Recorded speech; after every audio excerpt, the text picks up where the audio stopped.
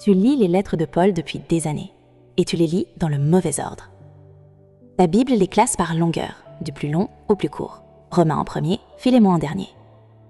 C'est comme lire les messages de quelqu'un du plus long au plus court, au lieu de les lire dans l'ordre où ils ont été écrits. Tu perds toute l'histoire. Tu perds toute la vie de l'homme derrière les mots.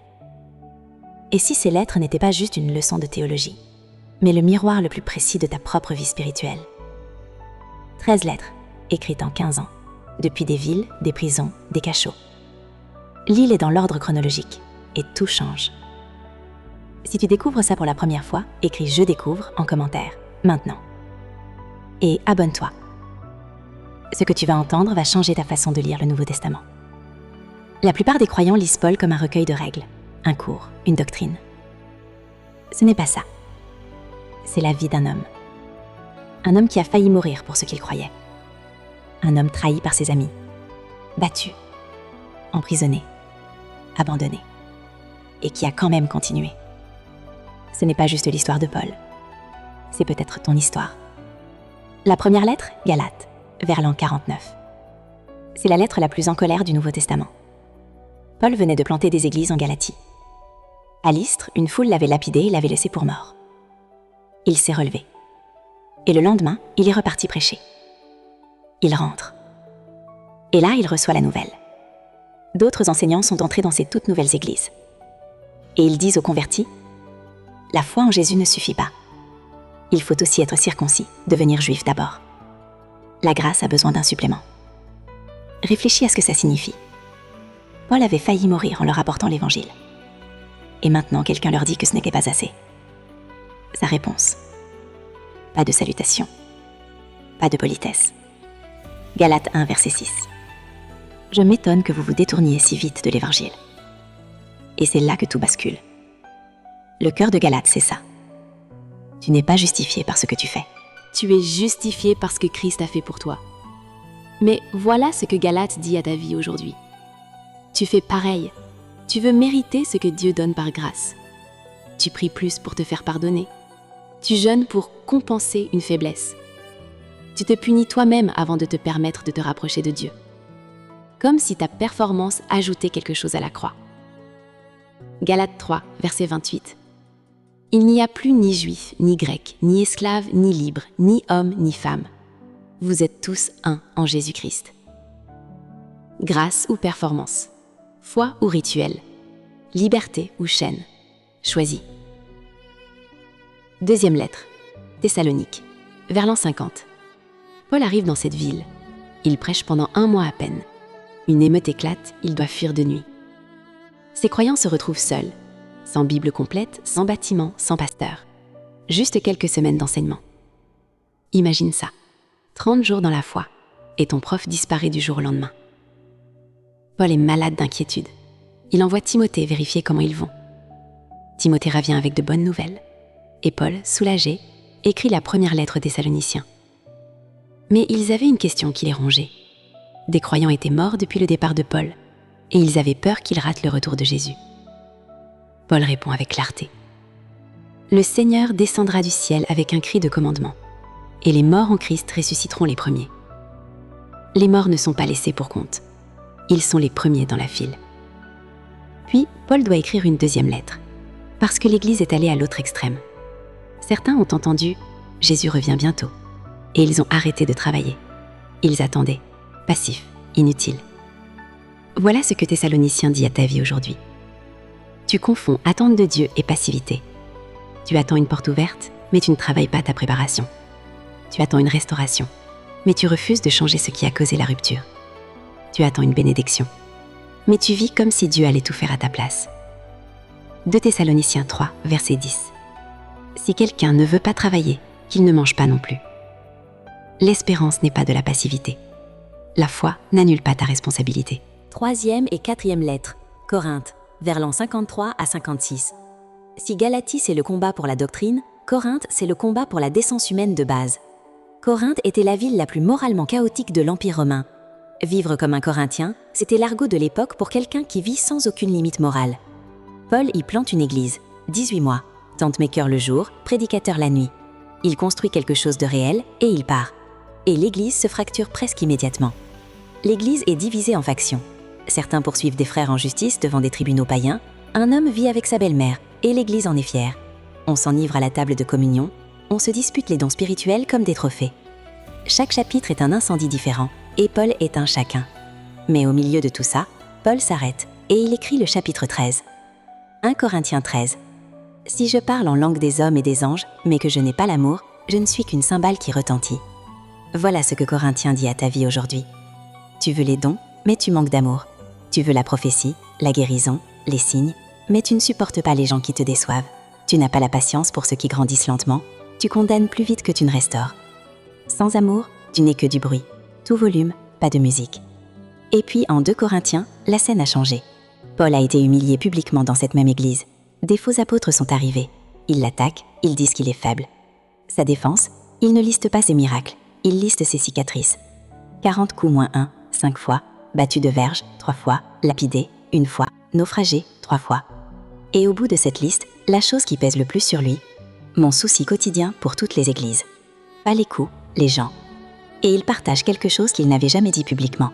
Une écharde dans la chair, une douleur chronique, quelque chose qui le torturait. Il a supplié Dieu 3 fois de l'enlever. Dieu a dit non. Ma grâce te suffit, car ma puissance s'accomplit dans la faiblesse. Ce que Paul n'a pas obtenu, il a reçu quelque chose que Dieu considérait comme meilleur. Des millions de personnes ont prié pour la guérison et ont reçu l'endurance. Ont prié pour que la tempête s'arrête et ont reçu la force de la traverser. Si cette lettre te parle, si tu reconnais ta propre vie dans ça, écris « ça me parle » en commentaire et partage cette vidéo avec quelqu'un qui en a besoin. C'est comme ça que cette chaîne grandit. Romains, vers l'an 57, la lettre la plus importante que Paul ait jamais écrite. Il écrit à une église qu'il n'a pas plantée. Il n'a jamais rencontré la plupart de ces gens. Il ne peut pas compter sur les relations personnelles. Il doit laisser l'argument parler de lui-même. Et cet argument a changé le cours de l'histoire. Il commence par la mauvaise nouvelle, sans l'adoucir. Romains 3, verset 23. Car tous ont péché et sont privés de la gloire de Dieu. Personne n'est exempté. Puis le remède. Étant justifié gratuitement par sa grâce, par la rédemption qui est en Jésus-Christ. Gratuitement. Pas gagné, pas mérité, donné. Et puis au chapitre 7, une confession que tu ne t'attendais pas. Paul dit « Le bien que je veux faire, je ne le fais pas. Et le mal que je ne veux pas faire, c'est ce que je fais. » Si tu as déjà ressenti ça, tu n'es pas cassé, tu es dans le combat. Et puis le chapitre 8, le plus grand chapitre de la Bible selon beaucoup de spécialistes. Verset 1. Il n'y a donc maintenant aucune condamnation pour ceux qui sont en Jésus-Christ. Pas une condamnation réduite, pas « tu es pardonné pour l'instant, on verra », aucune. Et à la fin de ce chapitre, une déclaration qui résonne comme un rocher planté dans l'océan. Ni la mort, ni la vie, ni les anges, ni les dominations, ni le présent, ni l'avenir, ni les puissances, ni la hauteur, ni la profondeur, rien ne pourra nous séparer de l'amour de Dieu, manifesté en Jésus-Christ notre Seigneur. Voilà ce que Romain dit à ta vie aujourd'hui. Tu veux être libre, mais tu refuses parfois d'affronter ton péché. Tu veux la grâce, mais tu fuis la lumière sur les zones sombres. Tu veux la liberté, mais tu retournes aux mêmes chaînes. Romain te dit, la grâce ne ferme pas les yeux sur ton péché. Elle te donne la puissance de le vaincre. Augustin lisait Romains 13 dans un jardin en l'an 386 et il s'est converti. Martin Luther étudiait Romains en 1515 et la réforme protestante s'est embrasée. John Wesley écoutait Romains le 24 mai 1738 et son cœur s'est étrangement réchauffé. 3 siècles, 3 hommes, la même lettre, la même puissance. Après tout ça, Paul arrive à Rome, mais pas comme prévu. Il arrive en chaîne. Arrêté, emprisonné 2 ans à Césarée, naufrage à Malte, il arrive à Rome vers l'an 60, enchaîné à un soldat romain. Et depuis cette pièce louée, les chaînes au poignet, il écrit 4 lettres parmi les plus puissantes du Nouveau Testament. Éphésiens, la plus cosmique. Éphésiens 1, verset 4. Il nous a élus en lui avant la fondation du monde. Avant les galaxies, avant les océans, avant le premier souffle humain. Dieu avait un plan, et tu en faisais partie. Éphésiens 2, verset 8-10. C'est par la grâce que vous êtes sauvés. Et cela ne vient pas de vous, c'est le don de Dieu. Tu n'es pas sauvé par les bonnes œuvres, mais tu es sauvé pour les bonnes œuvres. Dieu a déjà préparé le travail pour que tu y entres. Et voici le détail que tout le monde rate dans Éphésiens. L'armure de Dieu, la ceinture de vérité, le bouclier de la foi, l'épée de l'esprit. Paul l'a décrit en regardant le soldat romain enchaîné à son poignet. Il regardait son geôlier et voyait un serment. Philippiens, la lettre de la joie impossible. L'église de Philippe était la plus fidèle de toutes. Il lui avait envoyé de l'aide financière quand personne d'autre ne l'avait fait. Et maintenant, Paul leur écrit, depuis la prison. Le mot joie ou réjouissez-vous apparaît 16 fois en 4 chapitres. Philippiens 4, verset 4. Réjouissez-vous toujours dans le Seigneur. Je le répète, réjouissez-vous. Ce n'est pas un pasteur confortable dans un beau bureau. C'est un prisonnier, enchaîné, face à une possible exécution, qui dit aux autres d'être joyeux. Et Philippiens 4, verset 13, le verset le plus cité, le plus mal compris. Je puis tout par Christ qui me fortifie. Dans le contexte, Paul parle juste avant d'endurer la faim et l'abondance, de traverser le manque et la prospérité. Le tout, ce n'est pas gagner une compétition, c'est endurer ce qui serait impossible sans Christ. Voilà ce que Philippiens dit à ta vie aujourd'hui. Tu veux la joie, mais seulement quand tout va bien. Tu veux la paix, mais seulement quand les circonstances le permettent. Tu attends que la situation change pour te réjouir. Paul te dit, la joie ne vient pas de ce qui se passe autour de toi, elle vient de qui te tient. Colossiens, la lettre de la suprématie absolue de Christ. De faux enseignants disaient aux croyants de Colosse qu'ils avaient besoin de plus que Christ, plus de rituels, plus de connaissances secrètes, plus de mystique. Colossiens 1, verset 15-17, il est l'image du Dieu invisible. En lui ont été créées toutes les choses, et en lui tout subsiste. En lui tout tient ensemble. Les physiciens cherchent aujourd'hui la force fondamentale qui empêche l'univers de se dissoudre dans le chaos. Pâle l'a nommé depuis un cachot romain 2000 ans avant eux. Cette force, c'est Jésus. Colossiens 2, car en lui habite corporellement toute la plénitude de la divinité. Si tu as Christ, tu as tout. Personne ne peut te vendre une mise à niveau. Philémon, 25 versets, la plus courte, la plus humaine. Un esclave nommé Onésime a volé son maître et s'est enfui. Il a voyagé sur 1500 km jusqu'à Rome, espérant disparaître dans une ville d'1 million de personnes. Et il tombe sur Paul en prison. Paul lui partage l'évangile, il croit.